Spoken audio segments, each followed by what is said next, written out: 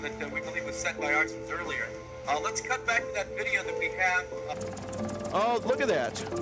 Terrible. And there's no police presence down here. This was the first sign 25 years ago that Los Angeles was in for a very long night. Light Force 35, 31st and Western. We have a fireman shot. We need help immediately.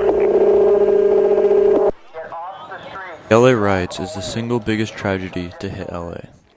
Over 50 dead, 1,000 buildings burned, over $1 billion in damage, and roughly 12,000 people arrested. But some fought back and defended what they worked so hard to build. They triumphed over greed and mayhem that was the LA Riots. On March 3, 1991, Rodney King was involved in a high-speed chase. He surrendered, but he started resisting arrest. He was struck 56 times, hit with batons, kicked and tasered multiple times. He suffered 11 fractures from the beating. The 4 officers involved in the beating were indicted but acquitted of all crimes. LA was outraged.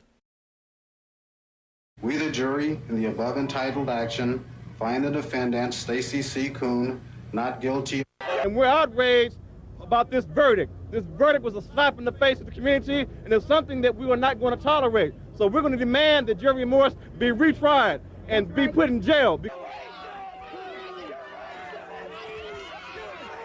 This is a reaction just outside the courthouse.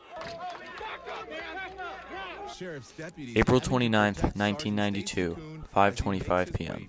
Police get their first complaint of trouble at Florence and Normandy, as juveniles are reported throwing beer cans at passing motorists. Officers respond. A group of men pull Reginald Denny out of his gravel truck and beat him to the brink of death. He is hit with tire irons and bricks.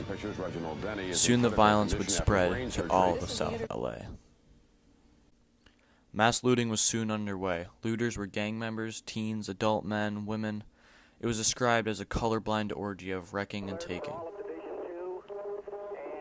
Many fires were set by arsons. The fire department was overwhelmed, and most of the buildings were left to burn.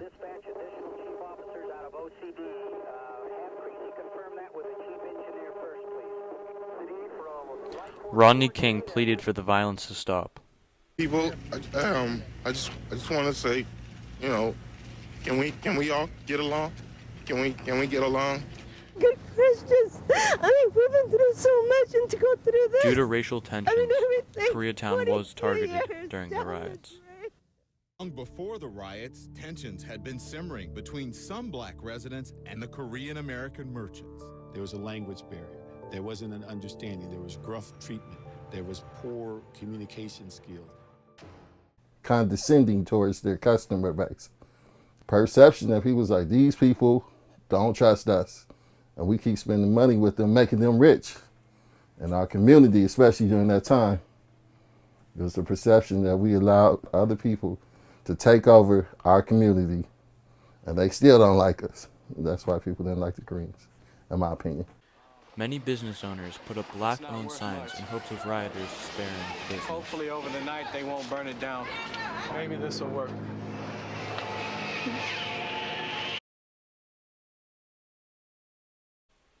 One event that pushed race relations from bad to volatile was the shooting of 15-year-old black girl Latasha Harlins.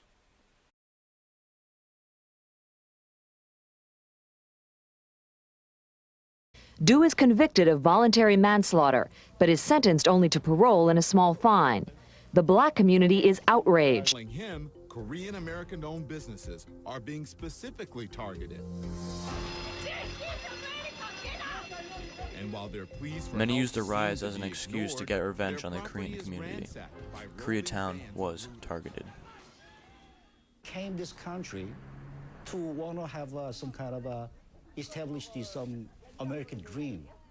Still listening to the radio, and a caller called in and said that his African-American friends were telling him that the African-American gangs that were burning and looting the night before were sending out leaflets saying that Koreatown was next. The Korean radio station Radio Korea was receiving many calls from Koreans stuck in the riots and calling for help. The LA Police Department told Radio Korea to issue an announcement telling Koreans to leave Koreatown. And I told him that if we evacuated, then we would be leaving the town to the looters who would burn just like they did South Central the day before. Of course, when I was telling him this, I knew that in Korea, the Korean immigrants had served, I think, something like 3 years in the military because it was mandatory. And they all knew how to use the weapons. They were trained. I asked him if that was legal. He told me. Under the U.S. Constitution, you have the right to bear arms. And that in a situation like this, of course we can defend our property. We changed our broadcast from leaving our town to defending our town. Korean business owners and their families gathered and bought guns to defend their businesses.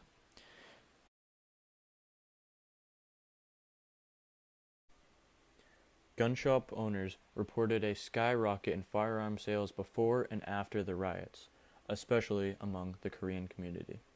I don't care about the racism, I don't care anything, but it's not right, okay? It's not right to break inside and get any stuff, it's not right. I don't think it's right. Hee Lee spent last night and will spend tonight guarding his appliance store. A small battalion of employees and relatives will try to help. I only have one shotgun, that's all I have. What do they have? They have hundreds of crazy people, hundreds of crazy young people.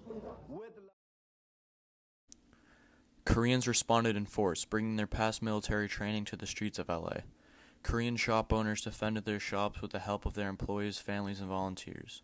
Radio Korea became a base of operations. People would call in reports of looting and burning of Korean businesses, and heavily armed Korean volunteers responded.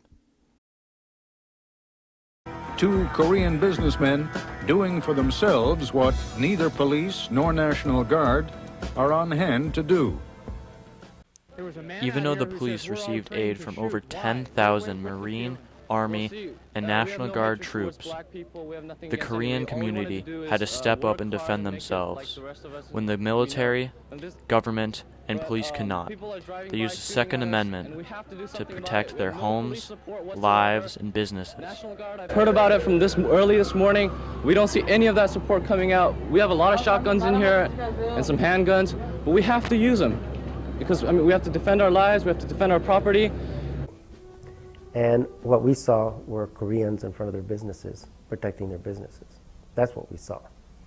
And for those whose businesses still stood intact after the mayhem and greed of the riots had triumphed over the biggest tragedy to face LA. You were right. That area was targeted, and people were on their way. And if the Koreans had not themselves defended the area, it would have burned.